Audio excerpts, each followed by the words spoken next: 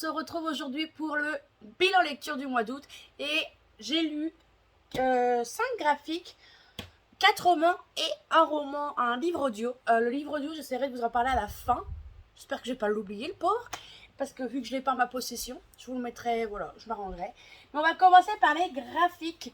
J'ai relu le premier tome de Heartstopper, le deuxième tome de Heartstopper, et du coup, j'ai enchaîné avec le 3 et avec le 4. Je ne regarde pas la série parce que ça m'intéresse. Honnêtement, je suis pas très fan de la série. C'est mignon et tout, mais en série, ça me plaît pas. Voilà, tout simplement. Et du coup, j'ai relu, j'ai enchaîné parce qu'il paraît qu'il y a le 5 qui va sortir prochainement. J'aime toujours autant, c'est mignon et tout. Ici, on va suivre Nick et Charlie. Charlie, lui, il a toujours su qu'il était homosexuel. Voilà, tout le monde le sait, il le cache pas. Et malheureusement, il s'est fait harceler à cause de ça, c'est assez triste. Et de l'autre côté, on a Nick. Lui, par contre, il a toujours su qu'il était hétéro et il comprend pas pourquoi il sera attiré par Charlie. Et c'est très mignon, il y a beaucoup de sujets importants dits avec douceur, légèreté, et voilà, qui va pas nous plomber le moral. Mais plus on avance dans l'histoire, plus on découvre des choses sur Charlie qui est super triste parce que on veut l'aider et c'est compliqué d'aider les gens dans ces problèmes-là. Moi, je vous recommande et je pense m'acheter le prochain parce que j'aime beaucoup. Vraiment, j'aime beaucoup cette saga. C'est vraiment tout mignon. Vraiment, moi, j'aime beaucoup. Vraiment beaucoup. On continue avec un autre graphique. J'ai lu Échec de Victor L. Pinel. Je vous l'avais montré dans mon book haul, la vidéo de la semaine dernière. J'essaierai de vous mettre le petit i. Du coup, c'est publié chez Grand Angle. Ici, nous allons suivre... je sais plus comment il s'appelle. Je suis même pas sûre qu'il a un prénom. Mais en gros, on va suivre un jeune homme qui est dans un tram. Il est au tram, là, vous voyez, il est à la porte du tram. Et en fait, il va voir une jeune femme et il va avoir littéralement le coup de foudre pour cette personne. Et en fait, il va se proposer comme bénévole pour cette dame-là. Car cette dame ne veut absolument pas sortir de sa chambre. Elle passe toute sa journée à jouer aux échecs et elle sort pas. Et elle n'est pas très commode, elle est vraiment assez grognon. Elle veut toujours son petit cognac et son cigare, sauf qu'elle est en maison de retraite, donc elle n'a pas le droit. Donc c'est très touchant. Et en fait, lui ne sait pas jouer aux échecs. La dame va lui apprendre à jouer. Et il va découvrir que chaque pion a ses qualités, ses défauts, mais que chaque pion aux échecs est important. Et en fait, chaque pion va être référencé à une histoire de quelqu'un d'autre. Le roi va être 2 personnages, et ainsi de suite, ainsi de suite. Et c'est vraiment très bien fait dans le sens où on se rend compte que des personnes qui nous sont inconnues peuvent avoir un impact sur notre vie à nous. Et je trouve ça incroyable, vraiment, vraiment incroyable. Et les dessins sont très beaux. J'adore les dessins. De Victor Épinel, j'avais lu, si je vais vous montrer une belle planche, le plongeon que j'avais adoré. Mais alors celui-là, il est incroyable. Là, vous avez le... Ça, c'est le jeune homme. La grand-mère, je peux vous la montrer derrière. Voilà, les traits sont magnifiques et je crois que tout est de Victor Épinel. C'est lui qui l'a écrit, c'est lui qui l'a dessiné. Bon, pardon, vraiment incroyable. Et franchement, par exemple, là, vous avez une belle planche. Voilà, et franchement, je recommande fortement. Elle me tentait de fou. Je la cherchais pendant mes vacances et honnêtement, je la trouvais pas, tout simplement parce qu'elle n'était pas sortie. Elle est sortie le 23 août dernier. Et clairement, j'ai foncé dessus et elle me tentait tellement que j'ai aussitôt acheté, aussitôt lu. Et j'ai adoré. C'est pas un coup de cœur, mais dites-vous que j'ai mis des post-it dans une BD pour marquer des endroits. Je pense que je peux vous les lire. Ça va pas spoiler quoi que ce soit. Attendez, je cherche. Ah oui, c'est ça. Il faut apprendre à agir, prendre l'initiative, contrôler le jeu. Si on ne croit pas profondément que tout va bien, alors rien ne va jamais bien. Voilà, il y a ça et il y en avait un autre, on a mis 2.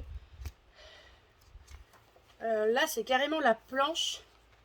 L'échec peut arriver à tout moment. Mais même si tu échoues, il faut jouer avec pour créer une opportunité. Il y a de très beaux messages et à travers le jeu des échecs, je ne connaissais pas le jeu des... Je ne sais pas jouer aux échecs, clairement, j'avais peur du coup que ça me plombe un peu. Mais du coup, j'ai quand même adoré parce que c'est super bien expliqué à travers. Vraiment, c'était incroyable, incroyable. Je vous recommande fortement. Il y a écrit la vie comme le jeu d'échecs, facile à apprendre, amusant à jouer, difficile à gagner, impossible à contrôler. Et c'est incroyable. Franchement, je vous la recommande fortement. On va passer au roman et on commence avec Target de Alba River, publié chez Hugo, New Roman, en poche. Il n'existe qu'en poche. Ici, on va suivre Aaron. Aaron, en fait, il est gendarme, mais il est surtout membre du JGN. Ce qui a choisi, c'est que lors d'une intervention pour trafic de drogue, il va tomber sur Lily. Lily, qui est la petite amie du plus grand trafiquant qui existe au moment du roman, c'est Vadim. De Vadim, qui est le compagnon idéal pour aller... attendez. En fait, Vadim est quelqu'un de violent. Il fait du trafic de drogue, il fait du trafic, prostitution, tout ce que vous voulez.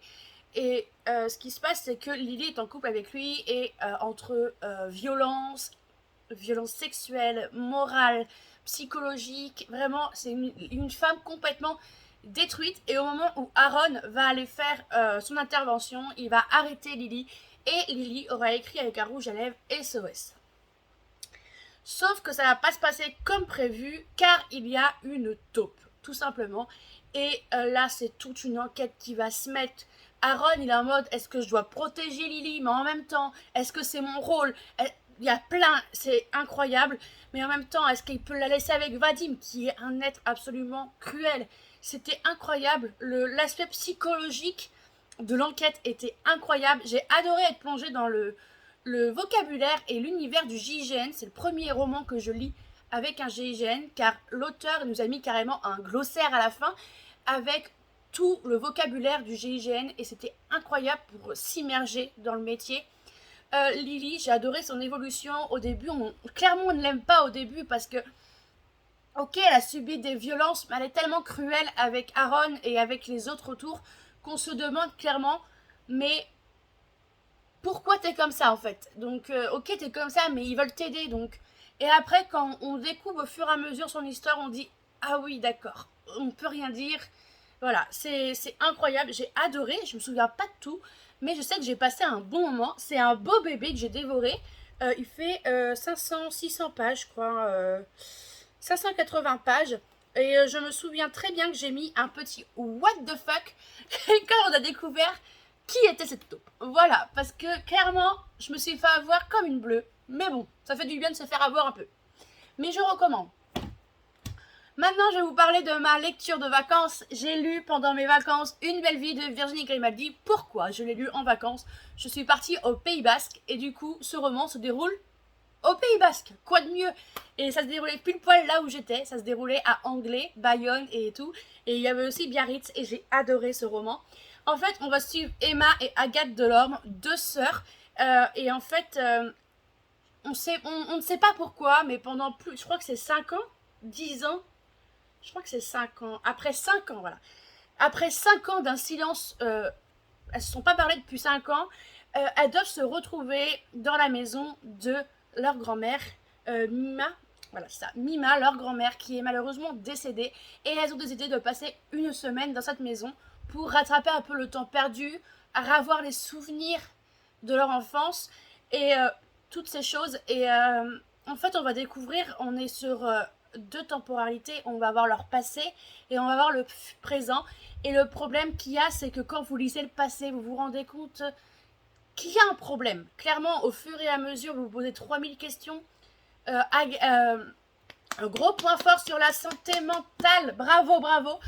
Car Agathe est, je vous dirais pas le trouble qu'elle a, mais elle a un souci, elle a un problème mental, clairement, elle a une maladie mentale qui n'est pas facile tous les jours pour tout le monde et pour elle. Et c'est tellement bien décrit et tout. Sauf que il se passe des choses. Déjà dans leur enfance, ils n'ont pas eu spécialement une enfance joyeuse et tout. Mais en plus, dans le présent, il y a des secrets. Et ces secrets, ils sont là pendant la semaine à être révélés. Et quand vous avez la révélation, vous pleurez. Et je me suis fait encore avoir comme une bleue. Je sais pas si vous le savez, mais Virginie Grimaldi est une de mes auteurs favoris. Et je me suis fait avoir comme une bleue, aussi bleue que le livre, d'accord? Parce que j'ai failli pleurer dans le train. J'étais en mode, non. Je l'ai lu à l'aller. J'ai pas lu des vacances. On est parti une semaine. Je l'ai dévoré dans le train. J'ai lu peut-être 200 pages dans le train du retour. Et je l'ai fini à la maison. Et j'ai littéralement eu la boule au ventre parce que la fin m'a laissé genre non, je suis pas d'accord. Voilà. Et incroyable, incroyable. La santé mentale, je reviens sur ça parce que je me suis sentie hyper concernée, mais c'est tellement bien traité dans le sens où l'auteur va nous parler de la difficulté pour la personne atteinte, mais surtout, elle va parler de la difficulté pour l'entourage et comment j'ai reconnu mon copain, ou même moi qui m'en prenais à mon copain pendant ma dépression. Oh mon Dieu, c'était trop bien expliqué, j'ai adoré cette lecture. On continue avec une lecture plutôt mitigée du mois. Il s'agit de Vole mon cœur, si tu peux, de Erika Boyer. Pourquoi mitigée? Je vais vous expliquer. Ici, on va suivre Lorraine. Lorraine a fait sa vie, quoi. Je sais pas comment vous dire, mais c'est quelqu'un d'un peu loufoque. Elle vit chez son frère parce qu'elle a plus de loyer. Et en plus, elle a trouvé un boulot de caissière, mais elle va se faire virer à cause de 2 mecs et leur chien. Du coup, le frère va essayer de l'aider. Il lui a trouvé un appartement dans une résidence. Petit problème, c'est que le voisin, enfin même les voisins, sont en colocation. Il s'agit des 2 mecs qui l'ont viré, malheureusement qui l'ont fait virer. Et elle se dit, mon Dieu que je vais les tuer. Voilà, en gros c'est ça. Et en gros, si l'expression qui aime bien châtie bien va tellement bien avec ce roman, tout simplement parce que Lorraine et Nord, Lorraine et Nord ne vont pas arrêter de se chamailler, mais de se chamailler, ils vont se lancer des pics, genre lui va l'appeler PQ parce que son deuxième prénom c'est Lotus, elle va dire oh bah t'es pas très au sud parce qu'il s'appelle Nord. C'est que des jeux de mots pourris, de l'humour pourri, mais ça fait du bien d'un côté parce que ça se lit tellement bien, dans le sens où c'est ma lecture mitigée. Parce qu'au bout d'un moment, Nord et Lorraine ont presque 30 ans. Et au bout d'un moment, je veux bien d'accord, vous êtes un côté un peu loufoque. Mais j'aimerais bien un peu de maturité. Limite, même les enfants dans le roman sont plus matures qu'eux. Et c'est un peu... Au bout d'un moment, c'est sympa, ça fait du bien, c'est drôle et tout. Mais au bout d'un moment, il faudrait que... Voilà, faut se remettre en question un peu. Et voilà. Mais autrement, c'était une bonne lecture, ça se lit vraiment bien. C'est un auto-édité. Donc, n'hésitez pas. Je sais pas encore si je vais le garder ou pas, mais c'était une bonne lecture, voilà, ça va passer le temps, mais voilà, pas non plus incroyable. Et gros point fort, ici on va parler de racisme aussi, parce que Lorraine est d'origine, je crois qu'elle est asiatique, je sais plus de quel pays, mais elle est d'origine asiatique. Et elle s'appelle Lorraine, c'est pas un prénom en soi très compliqué à dire, quoi. Sauf qu'il y a certains qui vont écorcher son prénom, qui vont lui faire des réflexions, voilà. Et gros point fort sur la précarité, car ici on va parler de précarité. Je ne vous dirai pas plus sur ce sujet-là, car ça risquerait de vous spoiler tout le gros sujet principal, mais ça parle de précarité aussi. Donc, une bonne lecture, pas la meilleure du mois, mais ça va passer. Je viens vous parler du dernier roman, avant la lecture audio, et c'était une lecture imposée, et je me dis, je lis pas. Bah j'ai bien fait de le lire, parce que j'ai adoré. Il s'agit de Avant minuit de Julie Murphy. Ici, on va suivre Cindy. Cindy, en fait, elle est une fan inconditionnelle des chaussures. Mais absolument, elle a toutes les chaussures, baskets, escarpins, sandales, peu importe ce que vous mettez, elle a des loups-boutins, elle a des marques absolument incroyables. Et elle en a fait clairement ses études. Mais le problème, quand vous finissez les études, c'est très compliqué de rebondir derrière. Clairement compliqué. Et comme vous le voyez, c'est une femme forte. Je dis pas grosse parce que j'aime pas dire grosse. Donc c'est une femme forte qui ne fait pas du 40, qui ne fait pas du 42. Elle fait du 50. Et elle l'assume. Et ça fait du bien. Oh, je suis désolée, mais en fait, ce roman, j'ai mis aucun post-it. Mais vraiment aucun post-it. Mais c'est un roman qui va vous donner du baume au cœur. Et clairement, je ne fais pas du 38. Honnêtement, je veux le dire, moi je fais du 46. Et les gens... Mais il y a plein de choses qui est dénoncée et qui est incroyable, dans le sens où c'est chiant que les tailles s'arrêtent au 42, ok? Voilà, certains vêtements, vous flashez sur un vêtement, vous pouvez pas le prendre parce qu'il n'est pas à votre taille, la taille n'existe pas. Et on va pas se mentir, c'est énervant, on est ok. Et du coup, tout ça est dénoncé. Il y a aussi le dénoncement de la société où tout le monde doit être maigre et tout. Non. Non, non, je suis pas d'accord. Et c'est tellement dénoncé, c'est tellement bien. Mais je reviens au résumé parce que je m'égare. Et en gros, Cindy va avoir l'idée de participer à l'émission de télé-réalité avant minuit. C'est quoi? C'est une sorte de bachelor où il y a un mec pour plusieurs filles. Sauf que Cindy, comme vous aurez pensé, est la grosse, est considérée comme la grosse de toutes. Sauf que, voilà, il y a eu un truc avant avec ce cher Henri. Et c'était, moi j'ai adoré cette lecture, je l'ai clairement dévorée. Et il y avait tellement de beaux messages dedans, ça faisait du bien et tout. Et on est dans une réécriture de Cendrillon, version plus comme les films de Comme Cendrillon. Je sais pas si vous connaissez, avec le premier Hilary Duff, le deuxième Selena Gomez, le troisième Lucy Hale, si je me souviens, l'actrice de Pretty Little Liars, et le 4 avec Sophia Carson. C'est dans ce style-là plus, mais oubliez la belle-mère tyrannique, les jumelles tyranniques et les souris. Parce qu'en fait, les souris, là, c'est des triplés. Ça m'a fait rire. Je me dis, mais attends, ils s'appellent Gus, Jack et Marie. Je me dis, mais c'est les souris les triplés en fait. Voilà, tout simplement, les souris c'est les triplés. Et du coup, ça m'a fait rire, il y a énormément de références à Cendrillon, mais c'est un conte de Cendrillon un peu retourné. Voilà, tout simplement. Et honnêtement, ça garde quand même l'aspect du conte. Et c'était vraiment trop bien. Honnêtement, c'était trop bien. J'ai adoré cette lecture, l'univers de la mode, le fait que l'héroïne soit forte et que l'homme ne rien à foutre qu'elle soit forte en fait. Qu'elle soit forte et qu'elle dénonce la société des sociétés où tout le monde doit être maigre, où elle fait du 50 et elle l'assume, où elle fait du 40 au pied et elle l'assume. En fait, elle s'assume complètement, mais par contre, il y a un truc qui l'énerve, et je suis tellement... C'est genre, oh mais t'es tellement courageuse de faire l'émission. Genre en mode, oh purée, t'es grosse, j'aurais jamais osé. En gros, quand vous lisez ça, vous avez juste envie de lui dire, ta gueule. Voilà, clairement. Je sais pas, en fait c'est un petit coup de cœur je pense ce roman parce que rien comment je vous en parle et tout, j'ai pas trouvé de défaut ou autre, j'ai trouvé ça incroyable, ça se lisait vite, bien, je vous recommande et je pense me lire entre les lignes de je sais plus qui est dans la même collection, c'est les Modernes Princesses parce que c'était vraiment incroyable, honnêtement j'ai adoré ce roman, j'ai vraiment adoré. Et on finit avec ma lecture audio, j'ai lu, je vous le mettrai juste là, j'ai lu le premier tome de attendez, Les Brumes de Cendrelune de Georgia Caldera. Si je me souviens, c'est chez Bookmark, mais moi je l'avais chez Audible. Et c'était trop bien. La fin m'a laissé sur les fesses. Mais c'était trop bien. En ce moment, je suis en train d'écouter le tome 2. En gros, je vous lis... alors, j'ai pas de résumé. Désolée, je vais le faire de tête. On va suivre Cephise. Cephise, en fait, avait eu une vie paisible avec ses parents, son petit frère et tout. Jusqu'au jour où l'ombre va débarquer chez elle, va enlever ses parents, ils vont les tuer. Le petit frère, il va aller à l'école pour devenir garde de l'ombre. On ne sait pas s'il est vivant ou mort. Et il y a Cephise, malheureusement, qui va subir des conséquences car elle va être rapiécée. Rapiécée, c'est quoi? Ça veut dire qu'on va lui enlever un bras, par exemple, et on va lui mettre une pièce de métal pour que le dieu Orion puisse lire dans sa mémoire. Voilà. Pourquoi dans sa mémoire? Parce que Orion est un peu un dictateur, on va dire que c'est quelqu'un qui va éliminer tous ceux qui ne croient pas en lui, tous ceux qui est contre lui, et du coup, waouh, il y a des scènes sanglantes, des scènes absolument incroyables. Alors, le livre audio, j'ai adoré les voix, clairement j'ai adoré les voix. Au début, un début très compliqué en audio, car on suit, il y a Cephise, il y a Verlaine, il y a d'autres personnages qui s'installent entre eux. D'ailleurs, le frère de Verlaine qui est Dionysos. Je suis pas sûre. Je crois que j'ai une bêtise. Mais du coup, ouais, il y a pas mal de dieux, de noms de dieux, et c'est très intéressant. Mais il y a beaucoup de noms qui s'installent dans le récit, et du coup, au début, on est un peu perdu.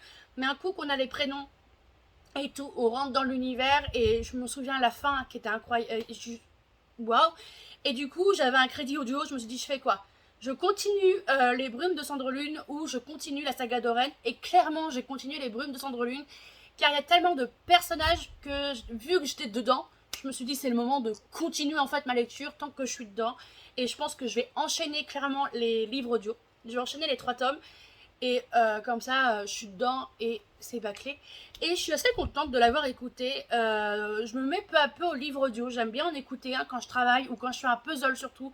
Quand je fais un puzzle, j'adore ça. Et je trouve ça vraiment bien. Donc après, à voir, je sais pas. Mais pour le moment, j'aime plutôt la fantasy en audio. La romance, j'ai pas essayé, mais je me dis que ça se lit plutôt bien. Donc j'ai pas trop envie. Mais du coup, voilà pour mon bilan. Alors, je suis désolée pour l'avis lecture d'un livre audio, mais je trouve ça hyper compliqué en fait. Mais voilà pour mon bilan du mois d'août. C'était plutôt un beau mois. Franchement, c'était un beau mois. N'hésitez pas à me dire si on a des lectures en commun, s'il y a des livres qui vous ont tenté, que je vous ai donné envie.